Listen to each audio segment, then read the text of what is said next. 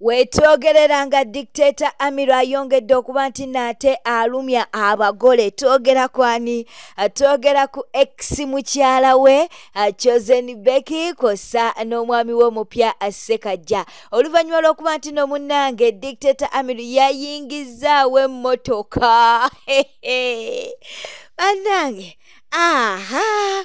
Emikisa gyesumulula bwesumuluzi ewa Dictator Amir. Katubeere nga munnange tukulaga emmotoka yeeyo. Amir musanyufu muzibu, okitegeera neera yeebaziza Allah olw'okumusobozesa okuba nti no munnange naye yavudde ku booda mbu mubadde mumujerega nnyo nti no munnange ali ku booda, okitegeera nno ate era mwali mumujerega nti munnange Chosen Becky yamulabirira kaakati. Okuva Chosen Becky we yava mu bulamu bwe ebintu n'emikisa gitandise okubeera nga gyeggula anti emmotoka ndowooza mugiraba. Katubeere nga tukuwa akatambi kano. Allah.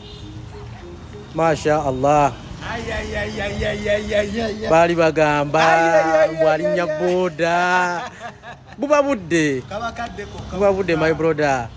Buba budde. Beautiful things come with time. Aha. Naye ng'ekyombo kirala ba sensors etomera bakasipotirimu brand new laba interior balage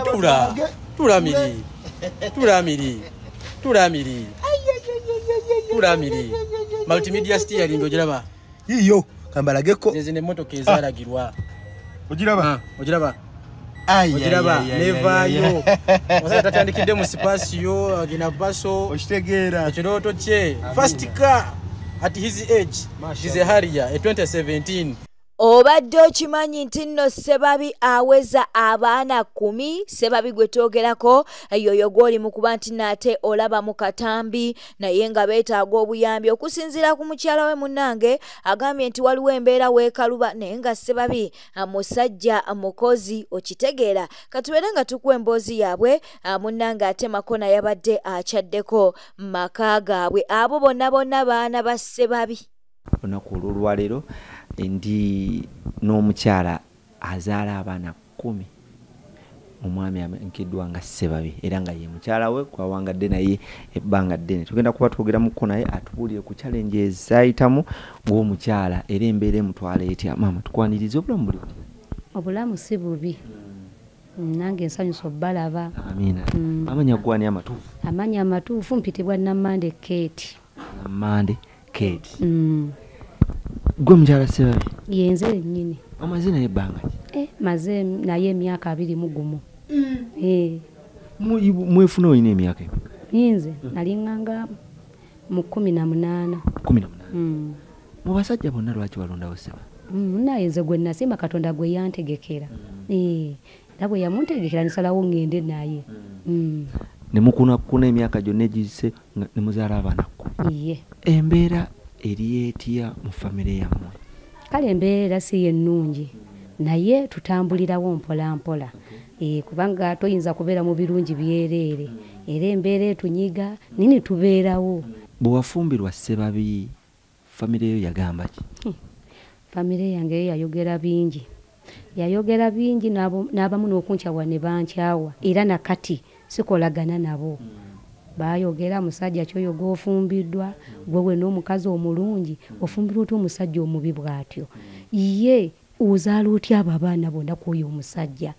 Nembagamba bannange Katonda waba gwe yampa gwe nnyina okubeera naye. Bwe banga famire yo yakukyawa olw'okuba nti wafumbirwa omusajja Ssebabi n'omuzaamu n'abaana 10 olwo society gy'owangaaliramu abantu baneyiba bo tebabasekerera tebakusekerera? Kale baneyiba kati nga bano betubeera nabo wano nga bwe mubalabye wano bano bo bamanyire tebasobola basekeera naye abasigadde ebbali eri bo baseka buli omu ate wabeera yeegomba okulaba ku baana balaba abaana bo bafaanana ki kuba bamanyi abaana bafaanana nga taata waabwe naye era oli bwe bamuga nti omwana wa Ssebabi yeekanga nnyo Ssebabi nti ayina omukazi nti omukazi afaanana ki?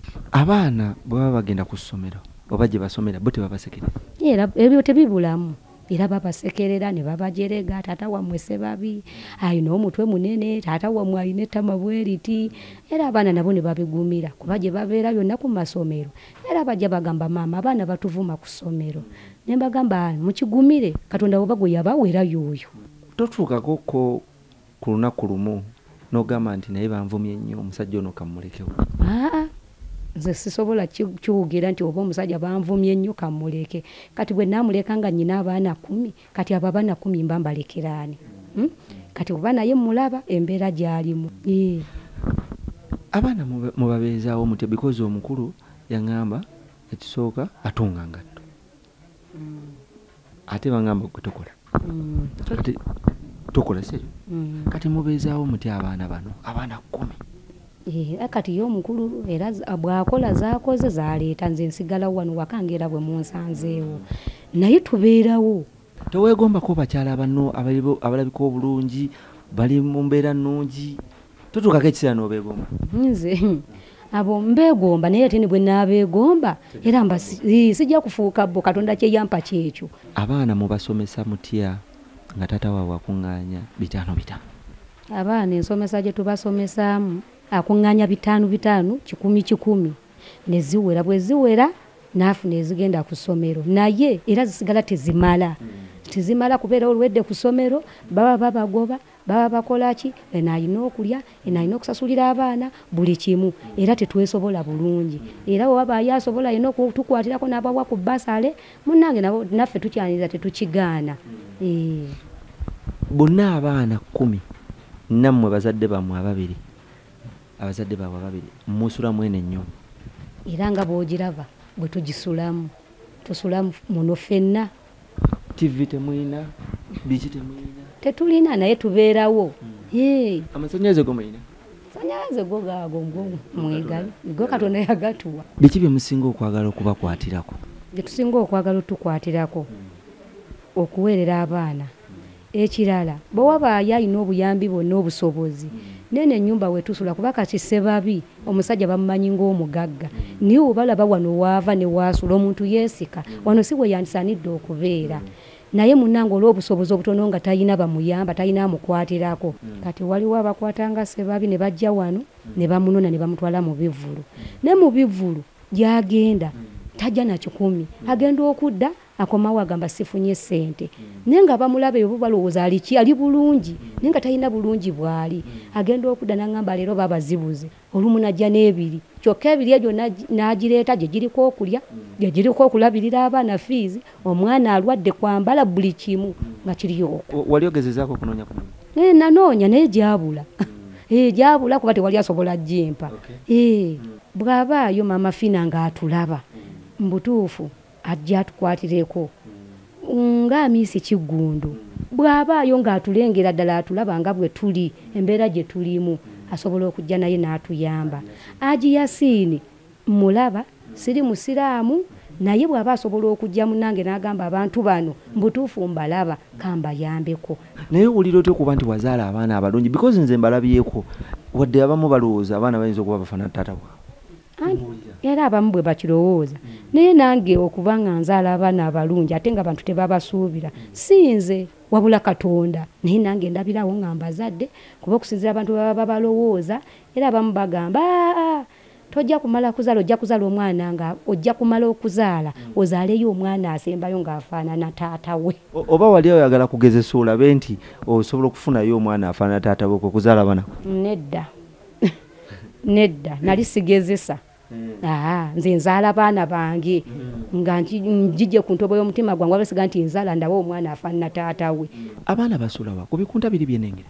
Abaana basulaawo awe abaana basulaawo nga bw'obalaba ne basulaawo bwe buziba buli mwana n'agwawo. Buli mwana omuteeka wano n'ekikunta kye? Wano nga bw'owalaba mu ddiiro lino bwe basula nga tebalina na neeti tebalina na kyensi tebalina nga bw'olabera nga bwe basulawo bukya ku makya ne bategula.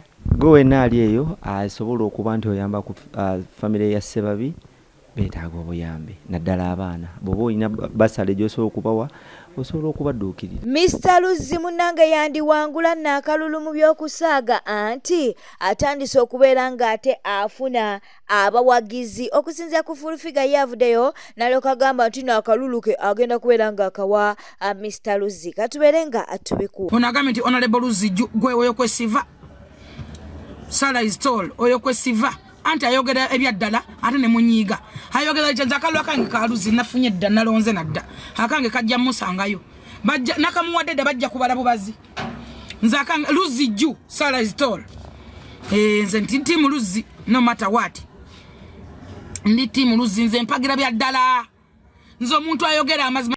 Mu mawulire amalala ge tufuna no ku Newspark Channel galaga nti omukozi wa CBS mbu yagobeddwa. Twogera kwani? Twogera ku Medi Nsereko. Ani aleese amawulire gano ye Fred Elombuye. Katubeere nga tubikuwa. Girlfriend wa Mayiga abadde asoma mass communication and journalism bamuleta ku BBS nga zekola intano azuwero ne ku CBS kubanga okola ku radio n'okola ne ku TV. Kati bamuleta okukola intano ku BBS ne ku CBS nga akola intano. Kati mwana n'abeera mu omunenga atambula sagala kati yenga Mayiga yayite limba Chalibe omuli Kawoya Mwebe omuli oyo gundi ani Kiba Freeman bonga amanyi omuntu wacu wa Mayiga lwayo terubusa nga Medi Nsereko sebuli ba siasa Ibilisi tamulinya Ibilisi nga tamugamba kusula bugambo ku mwana muwala oyo jukiro lisinja presenter mwana muwala nga tajjula ekibbo kya Mayiga nga takiwa Medi Nsereko munnange Medi Nsereko nga Ibilisi emulinya Ibilisi bwe mulinya nga atandika okutokota omugamba gutokota omuwala kati senior presenter munnange ng'omwana bikula ekibbo ng'akiwa Medi Nsereko nga alondamu omwanyizi alonze Mayiga nga olugamba alutegeera tekibbo kye bakirozemu emmwanyi.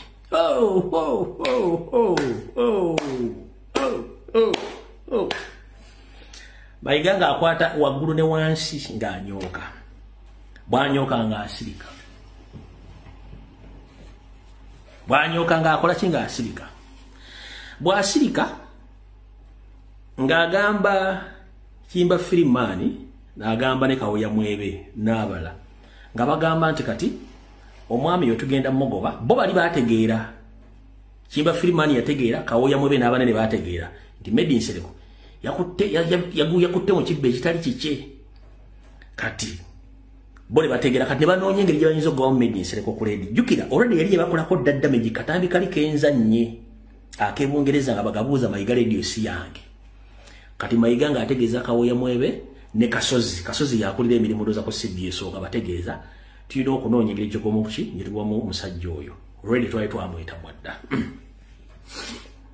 nga baga tugenda mugoba tutya nga mugamba nti Mayiga nga agabali nti mumugambe tugenda mugo Mayiga nga baga tugenda mugo bw'ensonga nti ayina ebintu bya Ssaabasajja Kabaka ebyekyaba byabba gwe musango gumugobezza ku CBS FM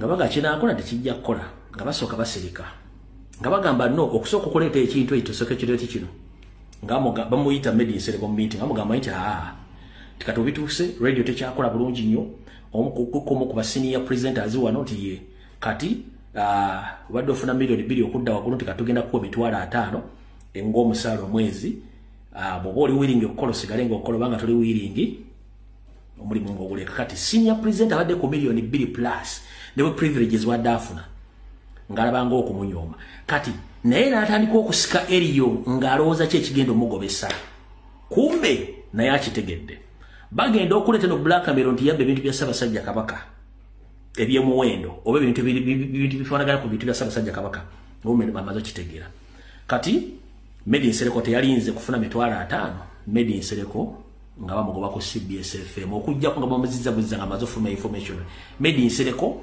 bamugobye ku CBS FM mu Bulange Mengo tokyasobola kumuddako kumulabako okujja nga baswadde kubanga banga byagezzaako okubira Salimu Sale ya Motaase baraba ebe mukibi jukira bimikibi ayina enkwe ze zamugezza n'omutwe kati ye omusajja oyo Medi Nsereko munange bwate bamufumudde ku CBSF.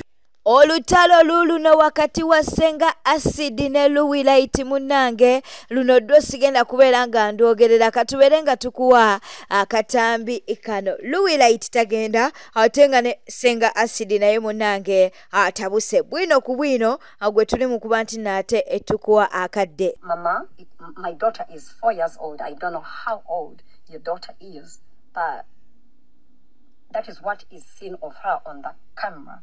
By what we see on camera, your child is telling the father that he has a smelly mouth.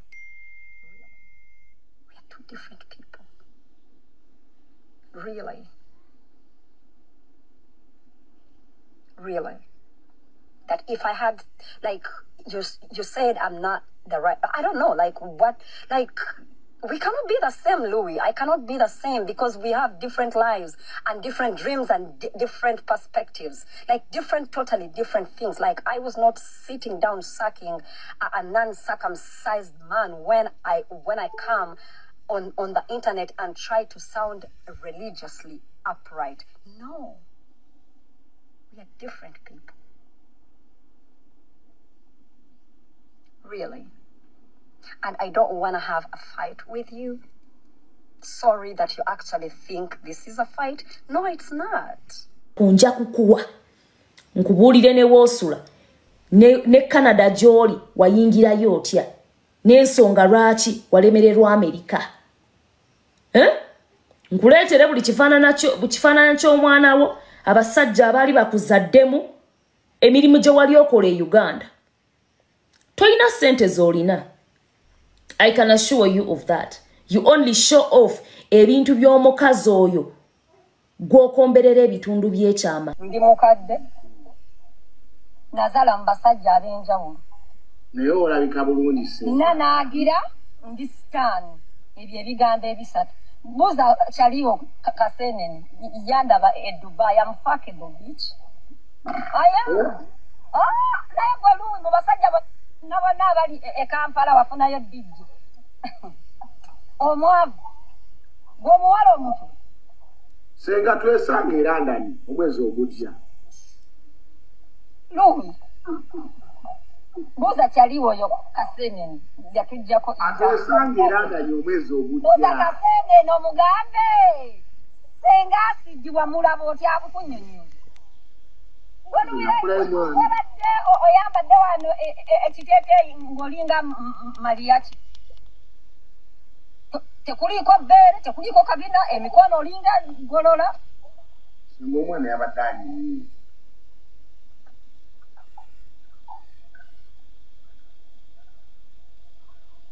Eyanyinyi.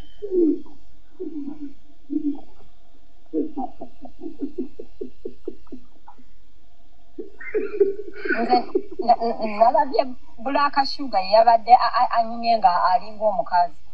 Acid said a lot of shit about me and she wanted to act like she meant something else. Okay? I confronted her. Nimugamba, you being a friend and then coming on social media trying to bash me. Oteke wala banji okumanyira. It is not even the first time. Mujjukira ndowooza ku bya Masepichi bulungi nnyo, right? Do you guys remember bya Masepichi? Weatekawo omuntu. Guys, don't even try to stop me because I've had it from Acid from I don't know how long. Nabagamba, I keep my cool up until I can no longer keep it. So Acid, you go low, I go lower. Okay, so this is edutainment. You go low, I go lower. First and foremost, Acid Tokola. No, you don't work. Tokola, toina sente, oliru kebe. And that's the sole reason as to why you suck pussy for a living. If I say you're not at any one point in position to tell me nothing, obe chintu chonna okumbolirira, I mean it. saawa yonna omulambo gwa Angela oba Angel gwandiziikulwa anti taata alemeddeko agamba nti ayagala DNA. Okitegeera nno omukwano bwebityo nate webiri katubeere nga tukuwa munnaffe Frank Ntambi. Waliwo update empya olunaku olwaleereze ey'okufa kwa Angela Namirembe. Story eyo ndowooza ebaddewo okumala ennaku nga 6 kati tugenda mu wiiki egenda kukoona olunaku olw'enkya wiiki. Yamala okuba nga aziikibwa naye wakyaliwo enkaayana ku taata omutuufu era taata Mutebi nalaba interview gyakuba taata Mutebi ono akyakalambidde agamba nti omwana wuwe ye taata. Ku lunaku lwe baziika omwana oyo court orders zaali zifulumye, emu yafuluma nga era koti eragira koti ya Mengo wano ng'eragira okuyimiriza okuziika Angela era omulamuzi yali Cecilia Nagawa ng'agamba nti omulambo guzibweyo mu ggwanika emulago oba ku ggwanika lyonna paka omusango gumaze okuba nga gusalibwa nga bali mu kiragiro kino Mutebi yali awawaabidde ng'agamba ayagala gumusoko gujibweko ki DNA kuba ye taata era bali bamulagidde wano enteekateeka zonna nga yagala n'okubeera nga azikola ki nga aziteekamu ssente. Kooti yamulagira azikwasaganya Mutebi. That is the court order yasooka okufuluma gye baali bawaddeyo ye ng'agamba wabeerewo okuyimirizibwa okwenteekateeka zaki kuba yawakanya ye yali awakanya byonna byonna yabalina bifandinga era nga bagendagenda ku Directorate of Government Analytical Laboratory we Wandegeya. Akati court order yegenda okujjolede nga tomulambo gwavuddeyo mu ggwanika nga guli mpigi kiba kitegeeza nti events za overriding court order genda okujja nga jalamba ng'emikolo gigenda ne bayisa court order ey'okubiri. It was a very, very busy day on Friday. Yes. Court order ey'okubiri egenda okuvaayo. Court order esooka yafuluma lweggulo ku Friday. Court order yasooka yafuluma ku makya. Okay. Ng'omulambo gwe baguggyeyo mu ggwanika. Gwali koti yali eragira nti gugira guddizibwayo. Kumbe gwagiddwayo dda guli mu transit. Court order ey'okubiri egenda okufuluma nga tebali mu kusaba nga bagenda kuziika. Kitegeeza both court orders zaali ziri overridden by the current events ezaaliwo mu kaseera ako okuziika ne kugenda mu maaso. Nawe mu kuziika okwo kwonna mwe mujjidde drama ono obutambi abantu bwe mwalaba mama w'omwana ow'obuwala oyo omukyala eyakatema n'ayogera n'agamba nti omwana taata we ye mwami Kiwanuka. Yes. Kakati awo we waaviira abantu abamu okwewuunya ennyo abali beewuunya olwa circumstances ezaali zikola ki ezaali zigenda mu maaso. Naye mu church yagamba wa Kiwanuka. Maama yagamba omwana wa Kiwanuka mu church. Naye ate eri nga byakatandika mu meeting tata agamba omumama bamukunyakunya n'agamba omwana wa Mutebi. Nebyo byali bya nkukutu. Ebyo byali bya cover. Byali bya cover. Singa era waliwo ku audio nga maama akyogera ali badde atukola bulungi. Okay. Naye ensi kye yalaba kyonna kya maama kufukamira nga yeebaza omwami Kiwanuka okubeera nti nno nga amusaasira n'ebirala byonna ekyali kikonfaminga nti nno gwawadde wa Kiwanuka gwawadde omwana mwami Kiwanuka. Kakati mwami Mutebi alagidde balooya be olunaku olwaleero ku Mande basseeyo omusango mu kkooti enkulu eragira omulambo guziikulibwe oba guziikulwe bagujjako endaga butonde ekozesebwe ku basajja ababiri abakayanira okuzuula nannyini mwana omutuufu. Bino atadukidde mu kkooti nkulu. Webale nnyo. Bino ebijjidde eggulo ku Sande Mutebi yagambye nti ekiragiro kyeyabadde afunye kyayiseeko nga mbadde nkunyonyola era agenda kugenda mu kkooti enkulu asabe ekirala ekimuwa obuyinza okuziikula omugenzi abakugu basobole okubeera nga bamuggyako ki endaga butonde. Bwete tambudde obadde mulabi mulungi olekwekumira ku Newspark channel kankusobere ngo subscribinga, olikinga n'okuleka obubaka bwawo mu comment section. Beera bulungi, weeraba.